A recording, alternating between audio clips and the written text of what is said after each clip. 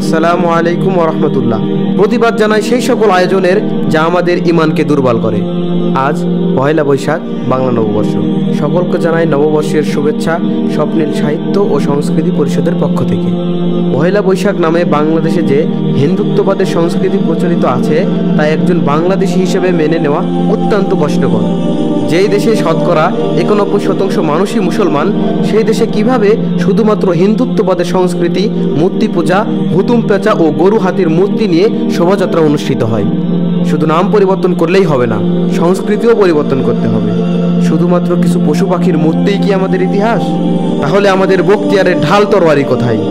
আর যদি মনে করেন এই দিনে নতুন পাঞ্জাবি, পায়জামা ও শাড়ি পরাই আমাদের ইতিহাস, তাহলে বস্ত্রহীন অসহায় মানুষদের হাতে বস্ত্র তুলে দেওয়ার আরঙ্গজেবের ইতিহাস কোথায়? এবং যদি মনে করেন এই দিনে পান্তা ভাত ও ইলিশ খাওয়াই সংস্কৃতি, তাহলে নিজের খাবার তুলে দেব আনহারের মুখে নজরুলের এই সংস্কৃতি কোথায়? আজ থেকে 1400 বছর আগে মুশরিকরা হজরত মুহাম্মদ সাল্লাল্লাহু আলাইহি ওয়াসাল্লামকে বলেছিল যে আপনার ধর্ম আমরা কিছুদিন পালন করি ও আপনি আমাদের ধর্ম কিছুদিন পালন করুন। সেখানে হজরত মুহাম্মদ সাল্লাল্লাহু আলাইহি ওয়াসাল্লাম বলেছিলেন, তোমাদের ধর্ম তোমাদের জন্য আর আমাদের ধর্ম আমাদের জন্য।